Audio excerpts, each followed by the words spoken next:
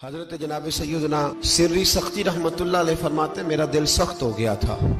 میں بڑا پریشان رہتا تھا۔ حضرت معروف کرخی رحمت اللہ علیہ کی بارگاہ میں کئی دفعہ عرض کی، میں نے کہا بابا میں اس کا کیا کروں، یہ سخت ہو گئے، مہینوں ہو گئے یہ اللہ کے خوف میں نہیں رویا، سالوں بیت گئے حضور کی نعت سن کے نہیں رویا، اب تو کتنا وقت گزر گیا ہے، اسے مدینے جانے کے لیے بھی رونا نہیں آتا، حضور یہ سخت ہو گیا ہے، کوئی رحمت کی نظر ہو، خشکی سی آ گئی ہے، عجیب سی میل چڑھ گئی ہے۔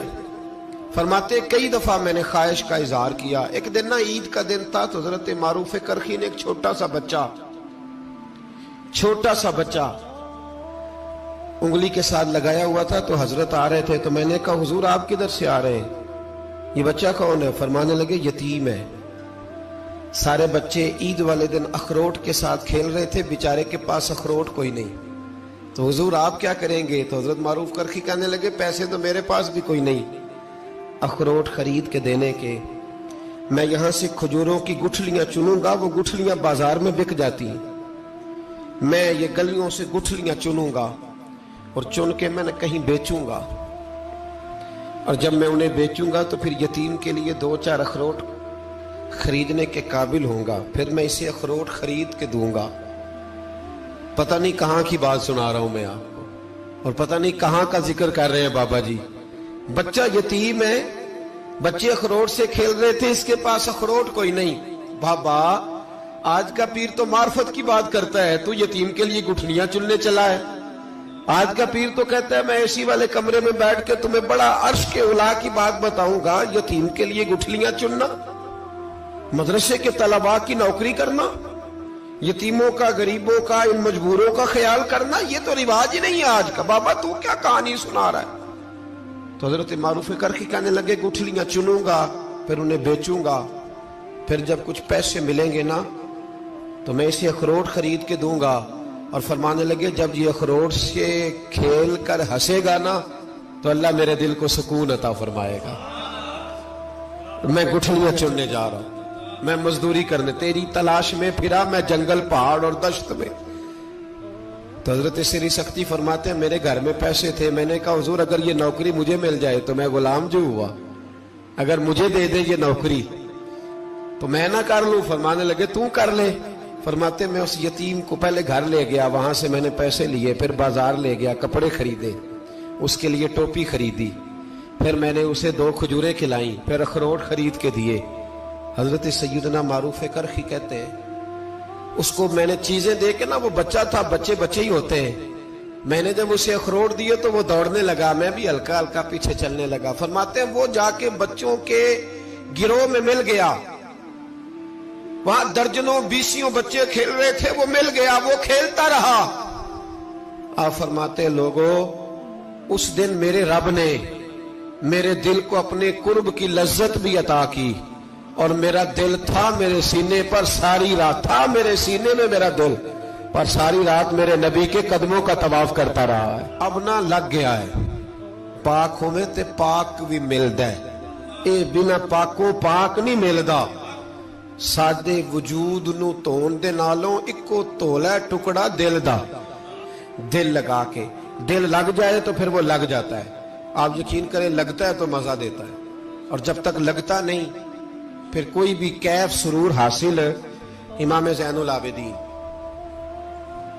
رضی اللہ تعالیٰ عنہ مولا علی شیر خدا کے پوتے،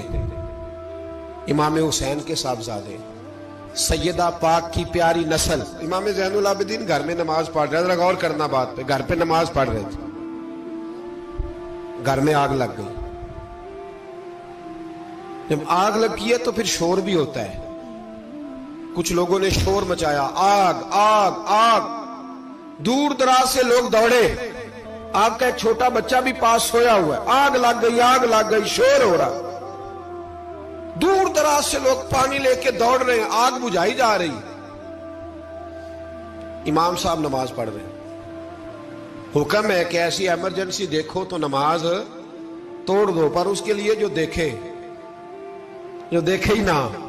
جسے سوجے ہی نہ ہو کیا رہا۔ امام زین العابدین پڑھتے رہے،